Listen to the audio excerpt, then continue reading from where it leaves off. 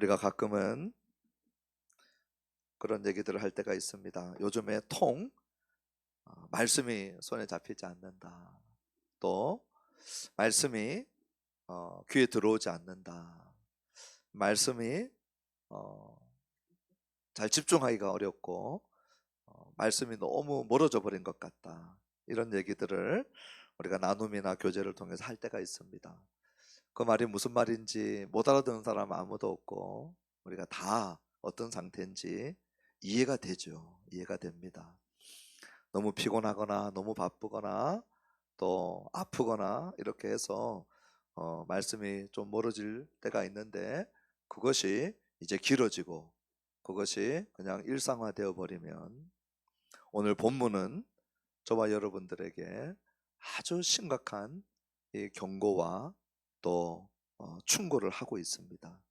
그래서 오늘 내가 이런 말들을 툭툭 내뱉고 있다면 더더욱이나 오늘 이 본문의 말씀을 통해서 하나님께서 우리 교회에게 말씀하시고 또 그러한 자신들에게 오늘 하시는 그 음성을 잘 들을 수 있게 되기를 바랍니다. 그래서 다시 무엇이 문제인지를 발견하고 말씀의 자리로 돌아오는 그러한 은혜가 오늘 이 말씀 시간 가운데 있기를 소원합니다.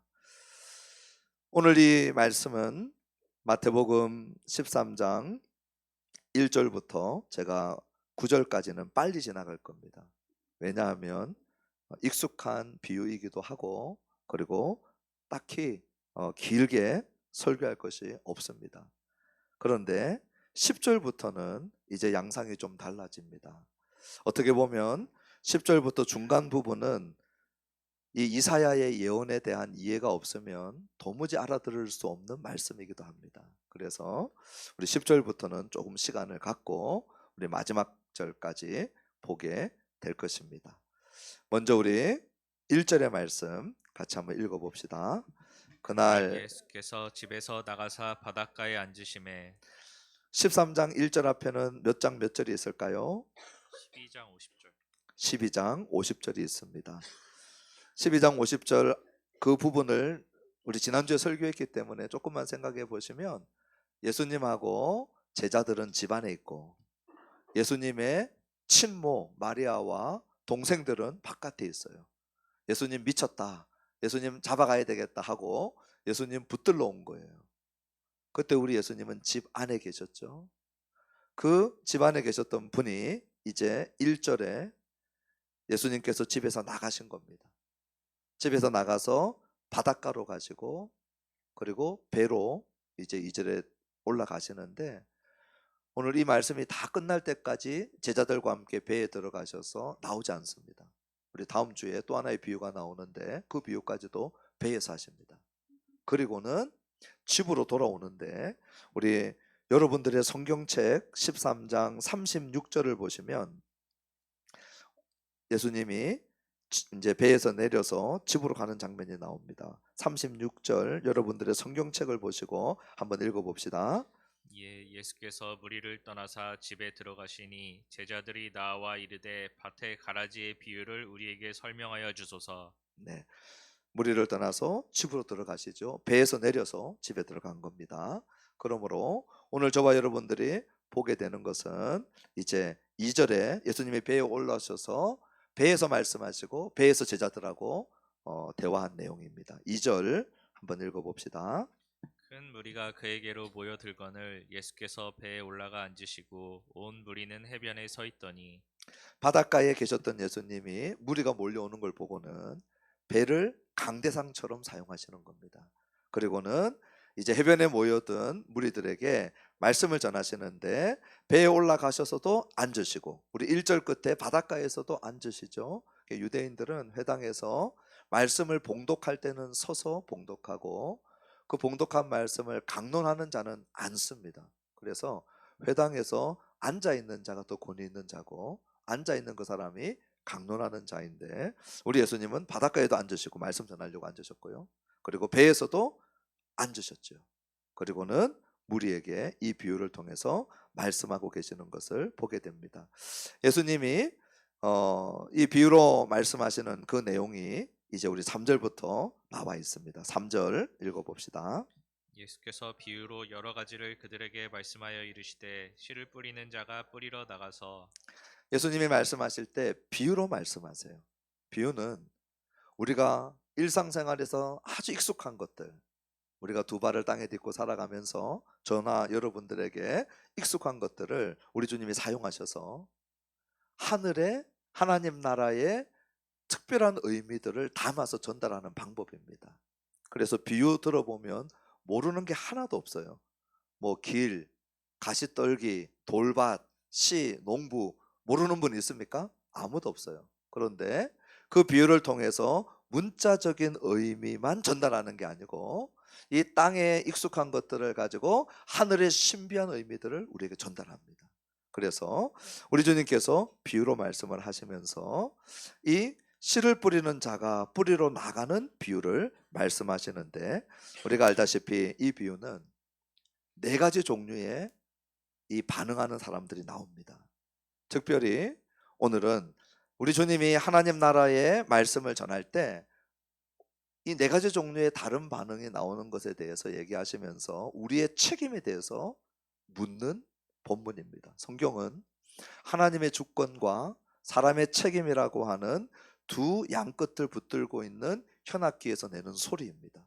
그래서 성경을 읽어보면 하나님의 주권이 시퍼렇게 살아 흘러갑니다.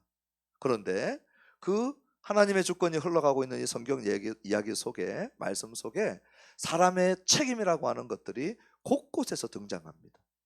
이 둘 중에 하나를 일방적으로 빼거나 일방적으로 강조하면 우리 현악기에, 첼로 같은 악기에 한쪽 끝이 풀려 있는 상태 같아요.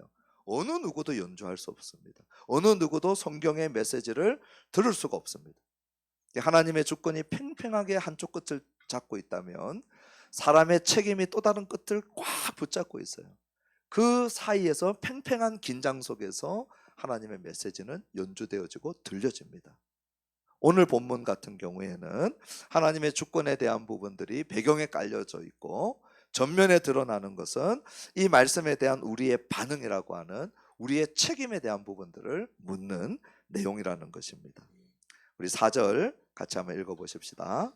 뿌리새 더러는 길가에 떨어짐에 새들이 와서 먹어버렸고 길가는 사람들이 많이 이 밟아버린 그러한 땅입니다. 우리 밭하고 밭 사이에 이 두렁이, 밭두렁 같은 게 있죠. 논도 논 사이에 논두렁이 있습니다. 그것은 딱히 길 같지 않지만 농사 지으시는 분들은 그걸로 부지런히 왔다 갔다 합니다. 그러니까 딱딱해져 있고 밭도 아니고 논도 아니고 구별되어집니다. 그래서 사람의 발을 많이 이렇게 탄 그 땅이죠. 어떤 농부가 길가에다가 대고 뿌리는 사람이 있습니까? 없어요.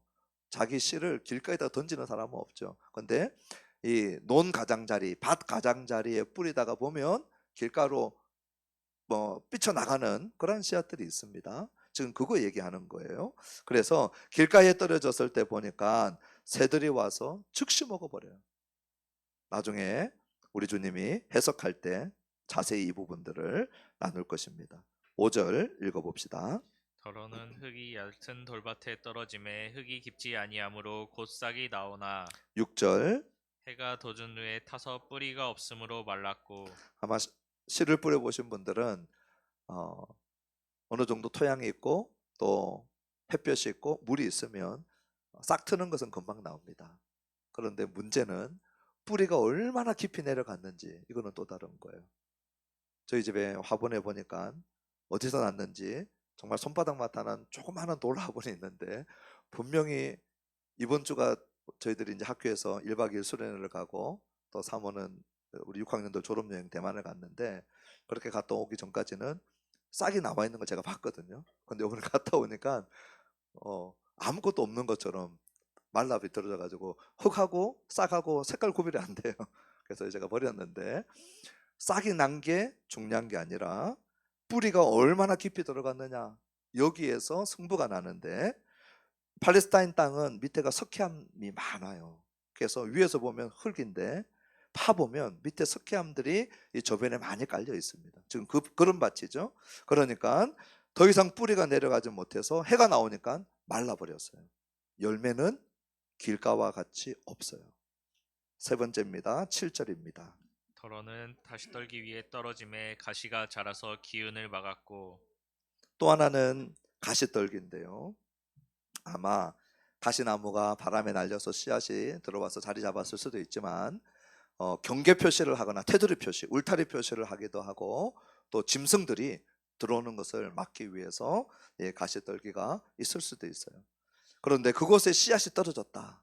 그렇게 되면 어떻게 될까요? 자라는데 기운을 가시떨기가 다 빼앗아 간 거죠. 그래서 여기서도 열매를 맺을 수가 없어요. 8절입니다. 더러는 좋은 땅에 떨어짐에 어떤 것은 100배 어떤 것은 60배 어떤 것은 30배의 결실을 하였느니라. 첫 번째, 두 번째, 세 번째는 다 결실이 없어요. 그런데 네 번째는 좋은 땅에 떨어졌어요. 그 땅에 떨어진 씨앗은 100배, 60배, 30배의 결실을 합니다. 결실하지 않는 것이 더 많아 보이지만 오늘 우리 본문상 4분의 3은 결실을 못 맺어요. 그러나 4분의 1은 이 좋은 땅에 떨어진 것은 결실을 하는데 100배, 60배, 30배 이것도 제가 23절 말씀 나눌 때 그때 이 의미들을 좀 더 나누려고 합니다. 자, 이렇게 우리가 잘 아는 씨앗이 네 종류의 땅에 떨어지고 네 종류의 반응에 대한 결과들을 얘기를 하고 있어요. 좋은 땅 빼놓고는 어떤 땅도 열매를 맺지 못했어요. 자, 이제 우리 주님이 이렇게 말씀하십니다. 9절입니다. 귀 있는 자는 들으라 하시니라. 귀 있는 자, 우리 귀 없는 자는 없는데 이것은 통찰하고 말씀하실 때 받아들이려고 애쓰고 이것을 놓치지 않으려고 수용하는 자세로 듣는 그 모습이에요. 그리고 이것은 좀 딱딱한 표현이지만 현재 명령형이에요. 우리 주님의 명령이고 주의 말씀을 집중해서 듣는 것은 우리의 선택이 아니고 명령이고 그리고 이것은 계속해서 해야 될 일이에요. 하나님의 말씀을 들을 때 오늘 내가 어떤 자세로 듣고 있는가 하는 것들을 자신을 살펴봐야 한다는 것이죠. 오늘 내가 어떤 자세로 이 말씀을 듣느냐에 따라서 사탄에게 바로 빼앗기기도 하고 뿌리를 내리지 못하기도 하고 가시떨기의 기운을 다 빼앗기기도 하고 30배, 60배, 100배 오늘 마태의 표현으로는 100배, 60배, 30배 결실을 맺기도 하거든요. 10절입니다. 제자들이 예수께 나와 이르되 어찌하여 그들에게 비유로 말씀하이나이까. 지금 배 안에서 제자들이 물은 거죠. 예수님 왜 직설적으로 좀 얘기하시지 비유로 말씀하십니까? 그랬더니 배 안에서 예수님이 제자들에게 얘기하는 거예요. 11절입니다. 대답하여 이르시되 천국의 비밀을 아는 것이 너희에게는 허락되었으나 그들에게는 아니 되었나니. 우리 복음서에 나와 있는 성경에 나와 있는 비밀은 영원히 감추라고 준 것이 아닙니다. 우리가 일반적으로 얘기하는 비밀은 절대 얘기하지 마. 너만 알아 이거잖아요. 그런데 우리 성경에서 얘기하고 있는 비밀은 이전에는 감추어져 있지만 때가 되면 드러나는 것이에요. 하나님께서 보내신 사람을 통하여 우리 예수님을 통하여 메시아를 통하여 사도들을 통하여 계속해서 때가 되면 계시해 주실 비밀이에요. 그래서 한때 감추어진 것이지 영원히 감추려고 있는 것이 아니에요. 그것은 천국의 비밀이다. 하늘나라의 비밀이라는 거예요. 마태복음은 5번의 긴 강화가 있다고 말씀을 드렸어요. 모세오경처럼 유대인들에게는 모세오경이 되게 익숙하거든요. 이 유대인 독자들이 많았던 이 마태복음을 처음 받았던 유대인들에게는 이 5번의 긴 강화는 되게 익숙한 형태예요.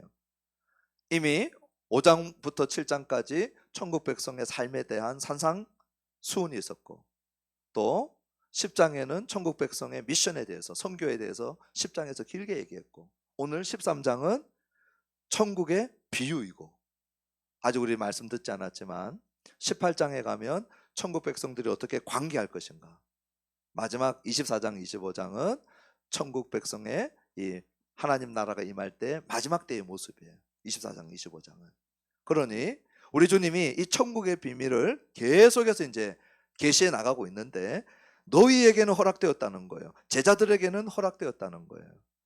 그러나 그들에게는 아니 되었다는 것입니다. 제자들 말고 해변에 앉아 있는 무리들 또 우리 예수님을 향하여서 끊임없이 적대적으로 대하고 있었던 종교 지도자들 그들에게는 허락된 것이 아니라는 거예요. 하나님의 나라에 대해서 구약 성경에서도 빛을 비추어주는 책들이 많이 있는데, 예를 들면 다니엘서 같은 거죠. 다니엘서를 읽어보면 막 짐승이 나오기도 하고요, 희한한 모습으로 하나님의 나라가 앞으로 어떻게 펼쳐질 것인가 비밀스럽게 우리들에게 계시되어져요. 바벨론의 모습, 페르시아의 모습, 헬라 제국의 모습, 그리고 로마 제국의 모습에 대해서 다니엘서를 읽어보시면 짐승의 모습으로 나옵니다. 그럴 때 이 로마 제국이 제패하고 있을 때 하나님의 나라가 임해서 로마 제국을 산산조각 내고 그 뜨인 돌이 나타나가지고 모든 세계를 충만하게 만들어요. 제패해요. 그 하나님의 나라를 얘기하는데 여전히 우리에게는 미스테리처럼 들려요. 신비롭게 들려요. 아직 일어나지 않은 미래에 대해서 얘기하고 있기 때문이죠. 이것이 이제 조금씩 역사가 흘러가면서 계시되어지고 드러나는데, 오늘 우리 주님이 제자들에게는 허락되어졌는데 저들에게는 허락되지 않았다는 거예요. 오늘 이 말씀은 내가 얼마나 좋은 IQ를 가지고 있고 IQ가 좋은 사람은 하나님 말씀을 빨리 깨닫고 잘 붙잡는가, 전혀 그런 내용이 아니에요. 이미 마태복음 11장 25절 26절에 누가 잘 깨닫는지 알려줬어요. 우리 마태복음 설교 노트에 있습니다. 마태복음 11장 25절 26절 읽어봅시다.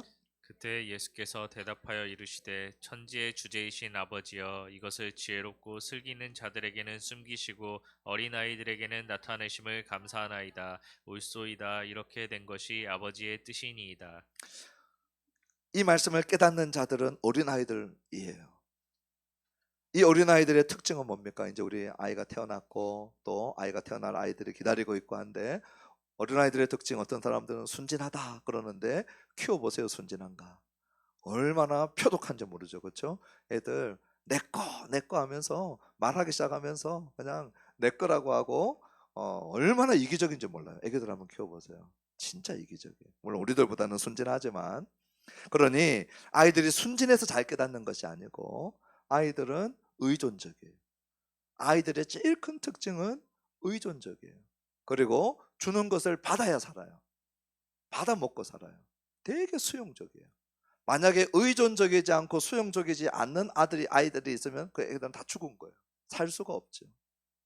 오늘 마태복음 11장 25절 26절에 우리 천지의 주제이신 아버지께서 숨긴 자들이 누군가, 지혜 있다 생각하고 슬기 있다 생각하는 자들에게는 숨기시고 그랬어요.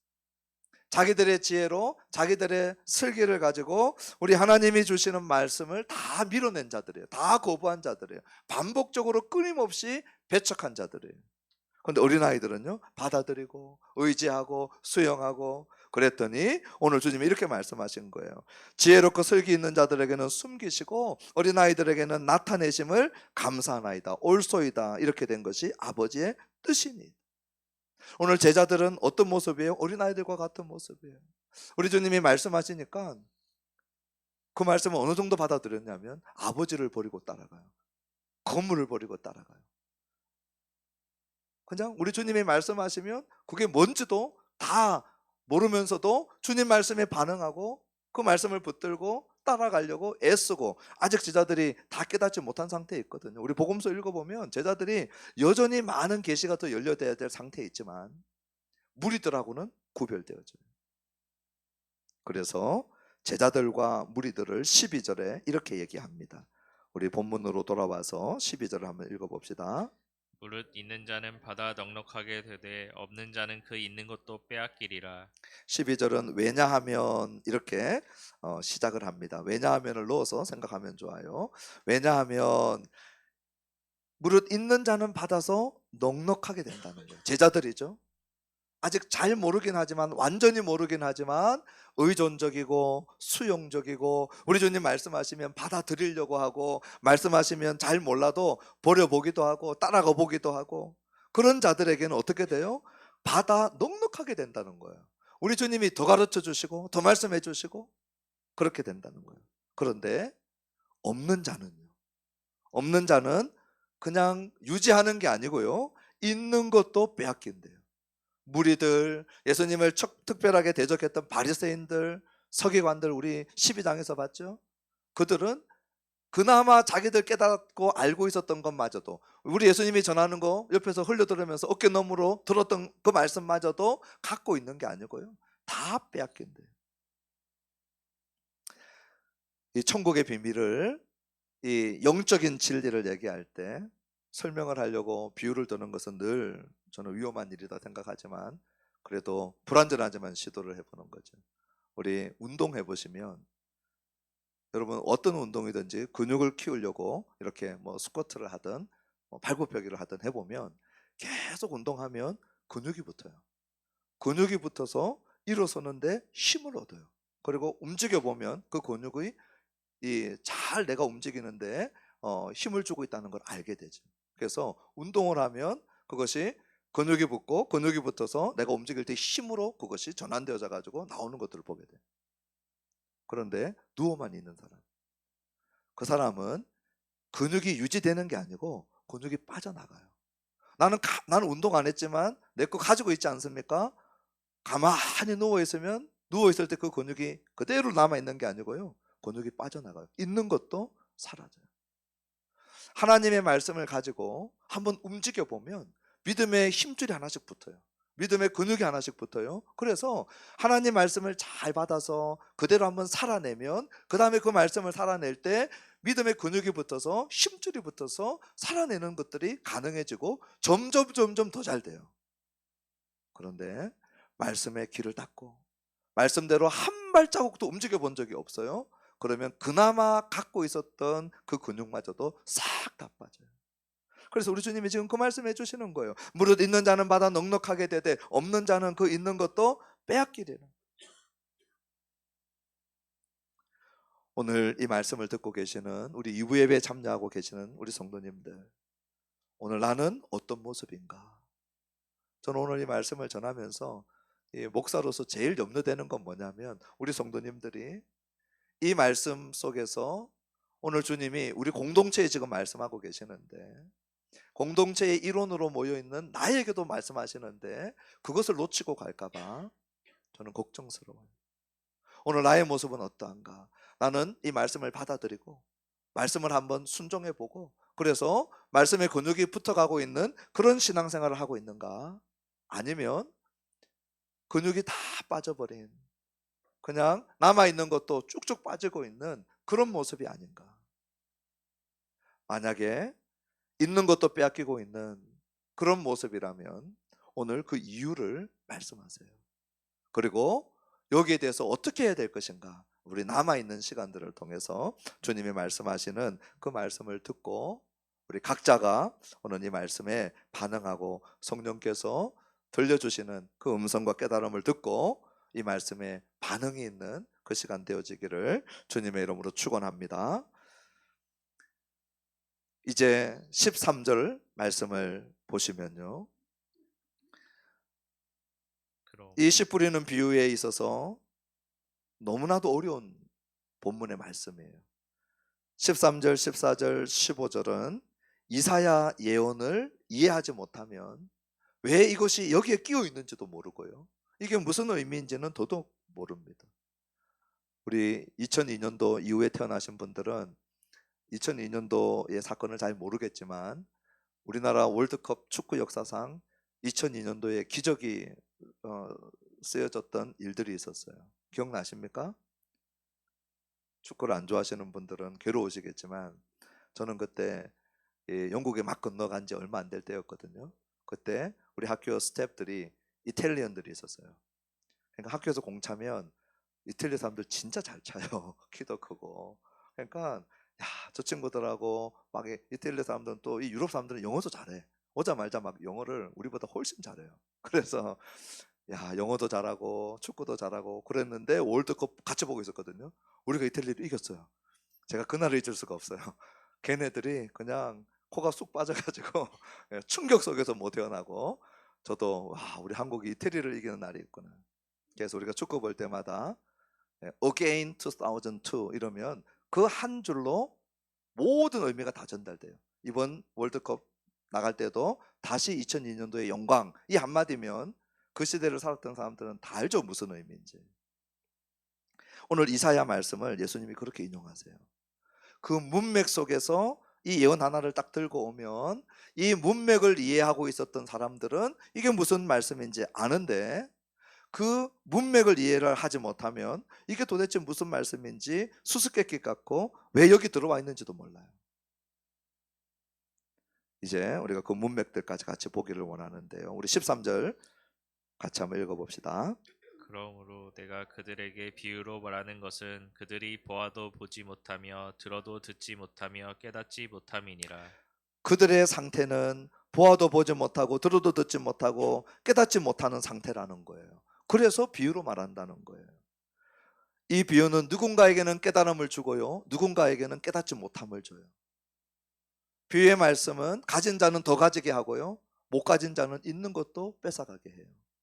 오늘 그들은 왜 보지 못하고 왜 듣지 못하고 왜 깨닫지 못하는가? 14절 15절 이사야의 예언으로 우리 주님이 마치 Again 2002, 다시 2002년도의 영광, 이것처럼 짧게 얘기하지만 우리 주님의 메시지는 명확해요. 우리 14절 15절 한 번에 읽어봅시다. 이사야의 예언이 그들에게 이루어졌으니 일렀으되 너희가 듣기는 들어도 깨닫지 못할 것이요 보기는 보아도 알지 못하리라. 이 백성들의 마음이 완약하여져서 그 귀는 듣기에 둔하고 눈은 감았으니 이는 눈으로 보고 귀로 듣고 마음으로 깨달아 돌이켜 내게 고침을 받을까 두려워함이라 하였느니라. 아멘. 14절에 보면 이사야의 예언이 그들에게 이루어졌기 때문에 저들이 깨닫지도 못하고 듣지도 못한다는 거예요. 이사야의 예언이 그들에게 성취되어졌다는 거예요. 그리고는 오늘 이 말씀은 이사야를 불러서 하나님이 선지자로 사용하실 때 이사야의 사명으로 주신 말씀이에요. 선지자에게 이런 사명이 어디 있어요? 우리 설교 노트에 있는 이사야 6장 9절 10절의 이 인용인데, 하나님이 선지자를 불러가지고 이제 일을 시키려고 해요. 그런데 그 선지자의 사명이 기가 막힌 사명이에요. 한번 읽어볼까요? 6장 9절 10절입니다. 여호와께서 이르시되 가서 이 백성에게 이르기를 너희가 듣기는 들어도 깨닫지 못할 것이요 보기는 보아도 알지 못하리라 하여 이 백성의 마음을 둔하게 하며 그들의 귀가 막히고 그들의 눈이 감기게 하라. 염려하건대 그들이 눈으로 보고 귀로 듣고 마음으로 깨닫고 다시 돌아와 고침을 받을까 하노라 하시기로. 지금 백성은 눈 멀고 귀 멀고 다 막혀 있다는 거예요. 너의 사명은 그들이 돌아오지 못하게 한다는 거예요. 저와 여러분들은 이해하기 어려워요. 선지자가 도와줘야 되잖아요. 어떻게 해서든지 듣게 하고 깨닫게 하고 보게 해줘도 모자랄 판인데 그들이 듣지 못하게 하고 보지 못하게 하라, 명령형들이에요. 기가 막힌 사명을 받은 이유가 있어요. 지금 하나님의 백성들은 심각한 죄를 짓고 있는데요, 다양한 죄를 짓고 있었어요. 이사야서에 흘러나오는 다양한 죄들을 이사야서 2장 8절에 딱 하나로 요약을 해요. 우상 숭배예요. 우리 2장 8절 한번 읽어봅시다. 그 땅에는 우상도 가득하므로 그들이 자기 손으로 짓고 자기 손으로 만든 것을 경배하여. 그 당시 하나님의 백성들이 범하고 있었던 죄악이 다양했지만 한마디로 우상 숭배했다는 거예요. 그 우상 숭배하고 있는 그들의 모습을 이사야서는 2장부터 시작해가지고 마지막 후반부로 가면서 이스라엘 백성들, 남유다 백성들, 하나님 백성들의 모습을 이렇게 얘기하고 있는데, 우상 숭배하는 자들의 특징이에요. 보세요. 이사야 42장 17절 18절입니다. 읽어봅시다. 조악한 우상을 의지하며 부어 만든 우상을 향하여 너희는 우리의 신이라 하는 자는 물리침을 받아 크게 수치를 당하리라. 너희 못 듣는 자들아 들으라. 너희 망인들아 밝히 보라. 지금 이사야가 우상 만들고 있는 사람, 우상 의지하고 있는 사람, 우상을 향하여 너희는 우리의 신이다라고 막 소리 부르면서 예배하고 있는 자, 우상 숭배하고 있는 자들이죠. 그들을 뭐라고 하고 있냐면 너희 못 듣는 자들아, 너희 맹인들아, 보지도 못하고 듣지도 못한다는 거예요. 이상하죠? 우리 이사야 44장 17절 18절 이사야서 안에서 한 번 더 언급을 해요. 읽어봅시다. 그 나머지로 신상 곧 자기의 우상을 만들고 그 앞에 엎드려 경배하며 그것에게 기도하여 이르기를 너는 나의 신이니 나를 구원하라 하는도다. 그들이 알지도 못하고 깨닫지도 못함은 그들의 눈이 가려서 보지 못하며 그들의 마음이 어두워져서 깨닫지 못함이니라. 17절은 우상 숭배하고 있는 모습이에요. 자기의 우상을 만들고 엎드려 경배하고 그것에게 기도하고 그것 보고 나를 구원하라, 전형적인 우상 숭배의 모습이에요. 그 우상 숭배하는 자들을 18절에 이사야가 뭐라고 하냐면 알지도 못하고 깨닫지도 못하고 눈이 가려워서 보지 못하고 마음이 어두워서 깨닫지 못하는 자다 얘기하고 있어요. 우상 숭배하는 자들을 향하여 이사야가 언급하는 내용은 못 보고 못 듣고 못 깨닫는 자들이에요. 그럼 어떻게 하다가 이렇게 되었느냐 하는 거예요. 사실은 시편의 여러 군데에서 여기에 대한 이야기들을 하고 있는데 시간 때문에 우리 시편 135편 15절부터 18절을 여러분 잘 읽어보시면 오늘 왜 예수님이 이 이사야서의 예언을 가지고 얘기했는지 알게 돼요. 시편 135편 15절부터 18절 읽어봅시다. 열국의 우상은 은금이요 사람의 손으로 만든 것이라. 입이 있어도 말하지 못하며 눈이 있어도 보지 못하며 귀가 있어도 듣지 못하며 그들의 입에는 아무 호흡도 없느니 그것을 만든 자와 그것을 의지하는 자가 다 그것과 같으리로다. 우상은 사람이 손으로 만들었다는 거예요. 은금으로 만든 자기 손으로 만들었어요. 우상을 만들 때 우상의 입도 만들어 놨어요. 그런데 분명히 우상에게는 입을 만들어 줬는데 우상은 말 못해요. 우상에게 눈도 만들어 놨어요. 여러분 우리 절에 가면 부처상 보잖아요. 예, 눈도 호리호리하고 다 있어요. 코도 있고 입도 있고 눈도 만들었는데 우상은 그 눈 가지고 보지 못하고 어마어마한 큰 귀를 갖고 있죠. 부처들 어떤 귀 보면 여기는 이제 부처는 아닌데 그 고대 근동의 우상들 아니겠어요? 귀가 있는데 듣지 못하고 입이 있는데 호흡 못하고 이게 우상의 모습인데 더 심각한 것은 뭐냐? 그 우상을 경배하고 숭배하고 예배하는 자들은 어떻게 되느냐? 오늘 시편 145편 마지막 18절에 이렇게 얘기했어요. 그것을 만든 자와 그것을 의지하는 자가 다 그것과 같으리로다. 우상을 만든 자와 우상을 의지하는 자는 다 우상과 같으리로다. 우상이 눈이 있어도 못 보듯이 귀가 있어도 못 듣듯이 입이 있어도 말 못하고 깨닫지 못하듯이 우상 숭배하는 자들은 이렇게 된다는 거예요. 우리 예수님이 이 맥락을 가지고 들어온 거예요. 우리 예수님이 열심히 씨를 뿌렸는데 예수님이 가서 말씀을 전해도요 길가가 나오고 돌밭이 나오고 가시떨기가 나오거든요. 왜 이렇게 되었느냐? 그들은 우상을 숭배하고 있더라는 거예요. 그 우상 숭배 때문에 우리 예수님의 말씀을 전해도 안 받아들이고 우리 예수님의 말씀을 들어도 못 듣고 우리 예수님의 말씀을 전해도 못 깨닫고 있더라는 거예요. 그러므로 그들의 반응은 단순히 내 말씀 요즘에 안 들려요. 내 요즘에 말씀이 잘 안 받아들여져요. 이게 아니라는 거예요. 깊은 뿌리 안에 말씀이 역사하지 못하게 만들었던 종류별로의 우상들이 있었다는 거예요. 그러므로 너희는 우상 숭배자요 우상 숭배자에 해당되는 것이므로 책망하시고 심판이 있는 것을 선언하는 무시무시한 말씀이에요. 하늘나무 교회는 말씀 기둥으로 인도받는 2024 우리 교회가 교회의 모습을 잃어버린 제일 큰 원인은 말씀을 모르는 무지한 성도들이 배출되는 구조가 되었고요. 그래서 말씀이 뭐라고 하는지는 몰라도 교회에서 집사가 되고 권사가 되고 장로가 되고 목사가 돼요.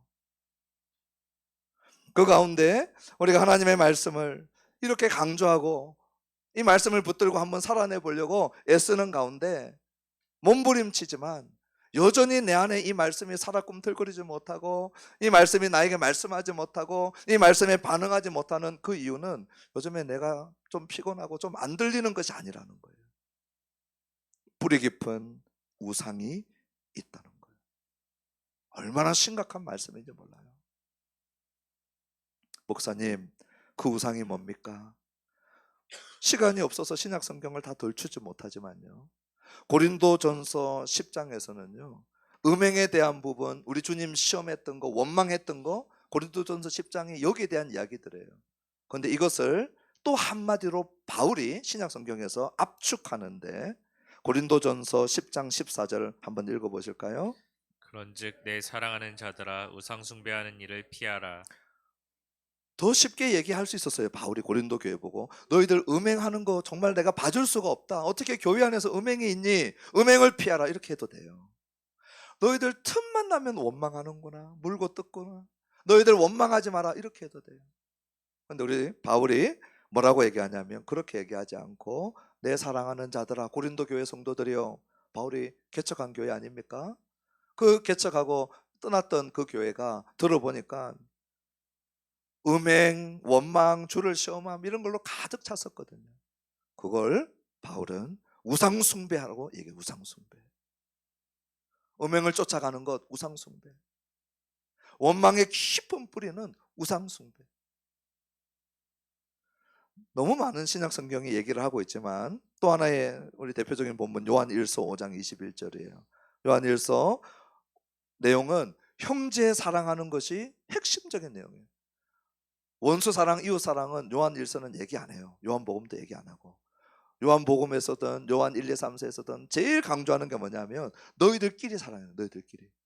예수님을 구주로 받아들이고 예수님에 대한 바른 신앙 고백이 있는 형제들끼리 제발 사랑해라. 이게 제일 강조되는 메시지였거든요.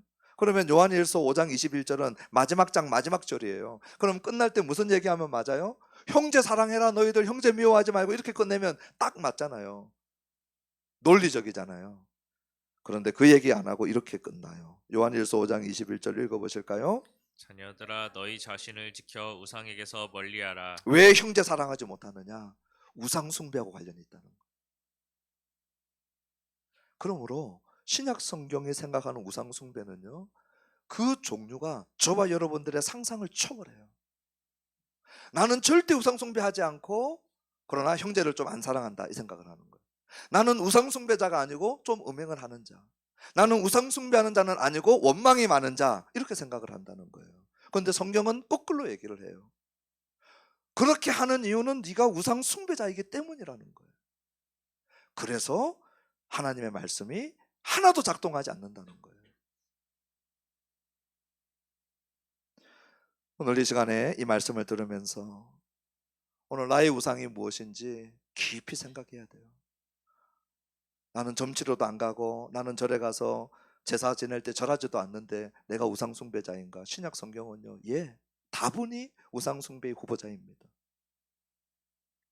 제일 빨리 나의 우상을 확인할 볼 수 있는 길이 있죠. 나의 기쁨에 이 순간들을 주는 것들 말고요, 깊은 근원, 내가 제일 기뻐하는 그 뿌리 깊은 근원이 뭔지 한번 들여다보면요, 나의 우상하고 관련이 있어요. 뒤집으면 내가 이거 잃어버리면 죽을 것 같은 거, 그냥 아우 괴로워가 아니고 이거 잃어버리는 순간 나는 살 맛이 없다. 첫 번째든 두 번째든 하나님이 그 자리에 안 들어가 있는 사람들은 오늘 신약 성경에 볼 때는 우상 숭배할 가능성이 다분히 높은 사람이에요. 하나님이 나의 삶의 가장 근원적인 뿌리를 이루고 있는 것이 아니고 하나님 아닌 어떤 것들에 의해서 내가 기쁨의 근원을 찾고 있는 거죠. 또 하나님이 없으면 나는 살 수 없습니다가 되어야 되는데 하나님 없어도 잘 사는데 이거 없으면 죽어버리죠. 이거는 자기 가정을 한번 살펴볼 필요가 있어요. 나의 개인의 우상은 가정에서 물려받은 것들 되게 많거든요. 예를 들면 부모가 사업하는 분인데 사업 얘기, 돈 얘기를 주구장창 들었다. 이 사람은 사업 망하면 죽어요. 돈 없으면 죽어요. 어떤 집은 이 학벌에 대한 이야기를 계속해요. 부모가 학벌, 학력 얘기만 계속 하는 거 자식들에게. 그 자식들은 그 학벌, 학력을 이루지 못하면 실패자라고 생각해요. 죽어요. 뛰어내려. 또 어떤 사람들은, 어떤 가정은 이 명예에 대한 것들이 되게 중요한 가정들이 있죠. 권력. 그래서 오늘 내 자신의 우상을 보려면 우리 부모님이 뭘 많이 강조했는가를 한번 생각해 볼 필요가 있어요. 또 문화적인 우상이죠. 문화적인 우상. 대한민국은 이 외모지상주의 세계예요. 그래서 이 외모가 우상이 되어 있어. 우상이. 오늘 우리의 시대의 문화 코드 안에서 내가 적응해서 살아가고 있기 때문에 나도 모르게 외모가 잘 보여지면 살만 나는 거고, 외모가 뜻대로 안 되면 수십 번 수백 번 성형하는 분들이 있잖아요. 오늘 우리 안에 숨겨져 있는 우상이 무엇인지를 오늘 우리가 기도하면서 주님 앞에 보게 달라고 하고, 오늘 그 우상에 대한 부분들에 대하여서 깨뜨리고 우리 주님 앞에 고백하고 자백하고 우리 주님 이것을 이길 수 있게 달라고 기도하고 그럴 때 말씀이 들어오기 시작하는 거예요. 볼까요? 우리 16절에 이제 왜 보는 것이 복이 있는지 이 맥락에서 말씀하고 계시는 거예요. 16절 돌아와서 읽어보십시다. 그러나 너희 눈은 봄으로 너희 귀는 들음으로 복이 있도다. 너희는 제자들이에요. 우리 예수님 말씀에 반응했던 자들이죠. 지금 부모 버리고 배도 버리고 따라와 봤던 자들이죠. 여전히 많은 것들이 보지 못하는 부분들이 있지만 꽤 많은 부분들을 보기 시작한 자들이죠. 그들에게 우리 주님은 너희 봄은 복이 있다. 너희 들음은 복이 있다. 최소한 너희들은 우상숭배자는 아니라는 거예요. 우상숭배자들은 못 보고 못 들어요. 17절입니다. 내가 진실로 너희에게 이르노니 많은 선지자와 의인이 너희가 보는 것들을 보고자 하여도 보지 못하였고 너희가 듣는 것들을 듣고자 하여도 듣지 못하였느니라. 심지어는 선지자, 심지어는 조상들, 의인들하고 비교해도 제자들이 더 복되다는 거예요. 왜냐하면 선지자들은 하나님 나라에 대해서 얘기했어요. 다니엘도 수많은 구약의 선지자들이 완성될 오실 하나님 나라에 대해서 얘기했지만, 오실 메시아에 대해서 얘기했지만 아무도 예수님을 본 적도 없고 하나님 나라가 이루어져 가는 것을 경험한 자도 없어요. 예언만 할 뿐이야. 그러나 제자들은 우리 예수님을 만났을 뿐만 아니라 예수님이 끌고 들어오신 하늘나라 하나님 나라 속에 있고 그 나라가 점점 펼쳐가는 것들을 경험하고 있죠. 너희들이 복되다는 거. 그러면서 비유를 해석해 주십니다. 18절 읽어보실까요? 그런즉 씨 뿌리는 비유를 들으라. 19절 아무나 천국 말씀을 듣고 깨닫지 못할 때는 악한 자가 와서 그 마음에 뿌려진 것을 빼앗나니 이는 곧 길가에 뿌려진 자요. 씨를 뿌렸을 때 천국 말씀을 뿌린 거예요.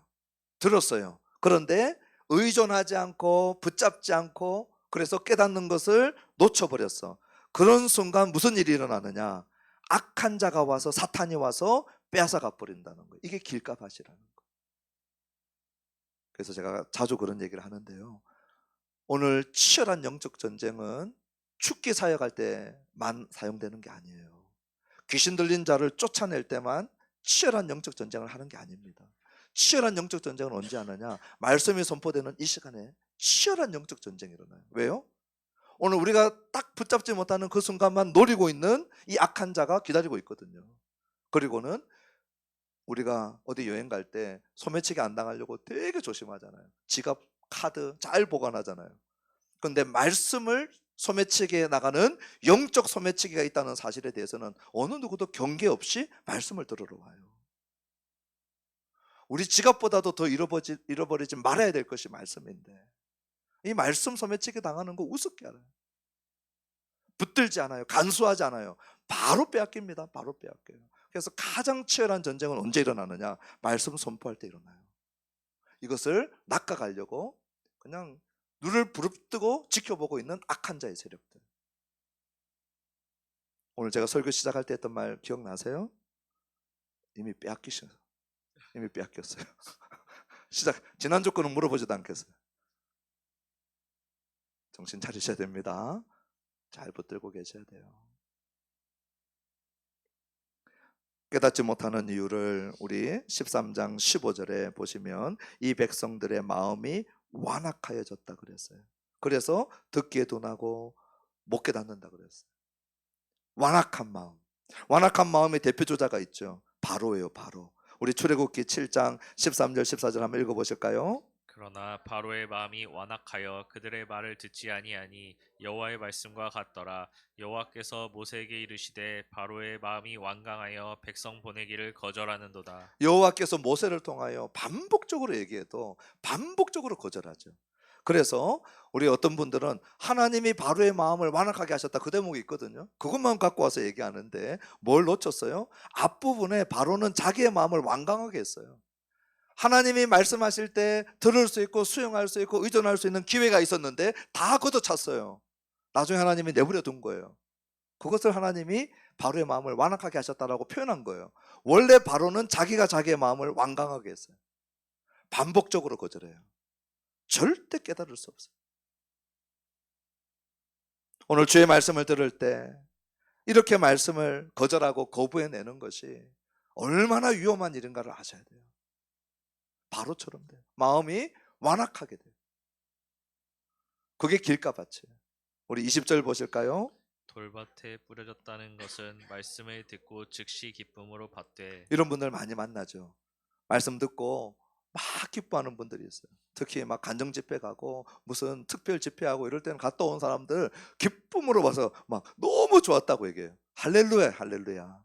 근데 그거는 시작에 불과해요. 그것을 마침으로 생각하는 순간 열매를 맺을 수가 없어요. 반응하고 기뻐하는 것은 너무 좋은 일인데 문제는 뭐예요? 뿌리가 내려가지 않았어요. 우리 21절 읽어보실까요?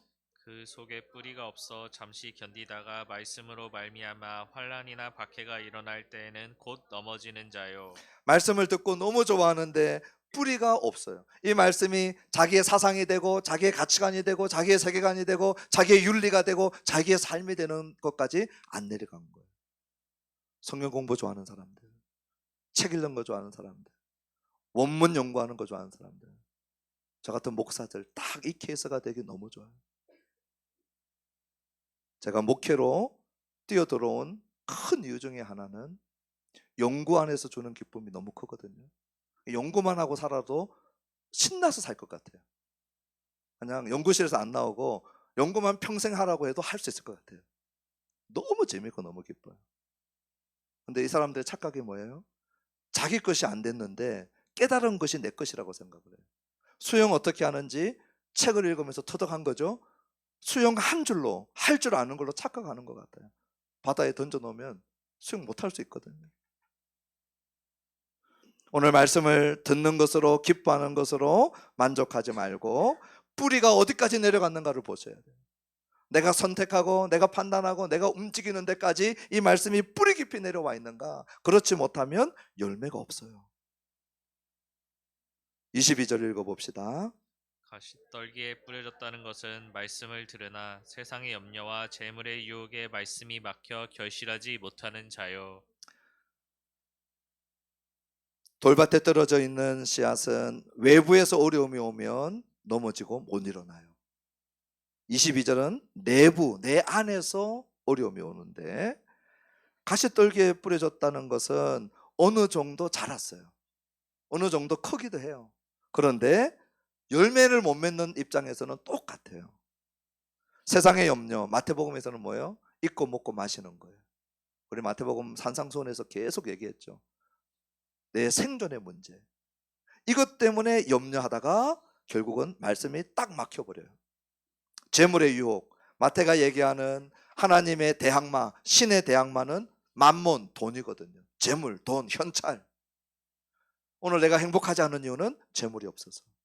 오늘 내가 안전하다고 느끼지 못하는 이유는 재물이 없어서. 오늘 내가 내 미래가 불안한 이유는 돈이 없어서. 이 결론을 내리고 사는 사람들, 말씀이 막혀서 결실하지 못해요. 나의 미래가 진짜 하나님의 손에 있습니다. 우리가 돈 필요하고 우리가 세상에 살아가면서 부족할 때 염려하는 거, 이거 우리 성도들도 다 경험하는 것이지만 깊은 나의 근본의 믿음 안에 돈이 나를 보장한다 생각하고 있는 거, 하나님이 나를 보장하는 것이 아니고 돈이 나를 보장하고 있고 돈이 나의 미래를 책임지고 있다고 생각하는 거, 말씀이 절대 열매 맺지 못해요. 마지막 23절입니다. 읽어보십시다. 좋은 땅에 뿌려졌다는 것은 말씀을 듣고 깨닫는 자니 결실하여 어떤 것은 100배, 어떤 것은 60배, 어떤 것은 30배가 되느니라 하시더라. 좋은 땅, 열매 맺는 땅이죠. 특징은 말씀을 듣고 깨닫는 것이에요. 말씀을 거부하지 않고 말씀을 받아들이고 말씀을 받을 때 빼앗기지 않으려고, 영적 소매치기에게 빼앗기지 않으려고 붙들은 말씀을 내가 기뻐하면서 끝나는 것이 아니라 나의 삶에 깊이 뿌리 내리는 작업을 하고 이것이 나의 윤리가 되고 내 것이 되도록 만들어 놓은 그 사람, 100배, 60배, 30배가 된다고 그랬어요. 왜 세 번에 걸쳐서 얘기했을까? 정확한 이유는 저도 몰라요. 우리 천국 가서 마태에게 가서 물어봅시다. 마태한테 가가지고 왜 이렇게 세 번에 나눠서 얘기했을까요? 모르지만 앞부분에 실패한 세 부분이 있었어요. 길가, 돌밭, 가시떨기. 그러니 예수님의 사역 안에서도 예수님 많이 거절당하고 열매 맺지 못한 수많은 사람들이 있었죠. 제자들의 사역 가운데에서도 수많은 거절과 말씀의 열매를 못 맺는 수많은 사람들이 있었을 거예요. 그럼에도 불구하고 우리 주님이 좋은 땅에 결실하는 것에 대해서 3번 반복해서 얘기해요. 그러니 실패에 대한 부분들도 분명하지만 다 실패로 끝나는 것이 아니고, 우리 오늘 확률적으로는 4분의 3이 거절해도 4분의 1에 놀라운 열매가 있을 것이다 라고 하는 것을, 실패의 3번 언급에 대해서 성공의 3번의 언급을 오늘 우리가 생각해 볼 수 있는 지점이에요. 두 번째는 왜 100배로 시작을 할까? 100배에 대한 이야기가 구약 성경에 나온 대목이 있어요. 우리 창세기 26장 12절 마지막 오늘 인용문인데 읽어봅시다. 이삭이 그 땅에서 농사하여 그해 100배나 얻었고 여호와께서 복을 주심으로. 100배를 얻은 것은 하나님이 주신 복이라는 것. 100배를 얻는 것. 그러니 우리가 땀 흘려 수고해도 몇 배의 결실을 맺을 수 있는데 100배의 결실은 이거는 하나님이 주신 거예요. 오늘 말씀을 붙들고 살려고 해서는 우리들에게 하나님이 주신 축복이다라고 하는 것을, 초자연적인 복이다라고 하는 것을 말씀하시는 것이고요. 마지막으로는 그러나 좋은 땅 안에서도 100배가 있고 60배가 있고 30배가 있더라는 거예요. 나는 최소한 무리가 아닙니다. 나는 최소한 종교 지도자들처럼 예수님을 대적하지 않습니다. 여기에 만족하는 것이 아니라, 이제 나는 제자가 되었잖아요. 주님 따라다니잖아요. 말씀에 좀 반응하잖아요. 여기에 만족하는 것이 아니라, 오늘 제자들 안에서도 더 성장하고 더 많은 열매를 맺고 있는 제자들이 있다는 거예요. 한번 내가 주님 말씀에 반응하고 주님 따라갔다라고 해서 내 과거의 말씀 생활이 얼마나 즐거웠는지 그 얘기 속에 살지 말라는 거예요. 지금 말씀의 영광이 있는가? 지금 말씀이 나를 이끌어가고 있는가? 제자 되었다 할지라도 그 안에 더 풍성한 열매를 향하여 지금의 나의 말씀에 대한 태도를 계속적으로 살피고 들을 귀를 가지고 듣는 그 삶을 살아라고 오늘 우리 주님이 이렇게 말씀하시는 거예요. 이제 우리가 찬양하고 기도할 텐데, 오늘 두 종류의 땅이 있었어요. 말씀을 들었지만 깨닫지 못하고 열매 맺지 못하는 땅, 길가 돌밭 가시떨기. 그러나 말씀을 듣고 깨닫고 열매 맺는 땅이 있었어요. 오늘 말씀에 반응하지 못하는 이유를 단순히 요즘에 말씀 생활이 잘 안 돼가 아니고 근본적으로 우상 숭배의 문제가 있다고 얘기했어요. 오늘 내 말씀 생활이 잘 안 되는 것은 심각한 진단을 우리 주님이 하셔요. 내 안에 있는 뿌리 깊은 우상, 내 가정에, 우리 부모님으로부터 내 안에, 우리 문화 코드 안에 적응하면서 생겨버린 이 우상, 오늘 우리 기도하면서 주님 보여주시기를 기도하시고요. 오늘 하나님이 아니고 말씀이 아닌데 나의 기쁨의 근원이 되어버린 거, 내 자식이 될 수도 있고요. 오늘 내가 직장에서 승진하는 것도 되고, 또 자랑할 것들이 되는 거 있죠. 이거 없으면 죽어버리고 싶은 거, 이게 사라지면 나 딱 죽고 싶다. 그게 하나님이 아닌 그 어떤 것, 오늘 면밀하게 주님께 묻고 통찰하시고, 주님, 내 개인적으로, 가족적으로, 민족적으로, 문화적으로 뿌리 깊은 우상, 오늘 이것들을 깨뜨려 부실 수 있는 은혜를 주시고 다시 말씀이 들려지는 자리로 돌아가게 해주세요. 보물이 있는 곳에 네 마음이 있다고 그랬어요. 오늘 하나님의 말씀을 내 보물로 여겨서 여기에 내가 마음을 두고 이 말씀을 청종하고 뿌리 내리도록 우리 주님 앞에 구하는 저와 여러분 되기를 주님의 이름으로 축원합니다. 우리 찬양하십시다. 주님 말씀하시면 내가 나아가리다.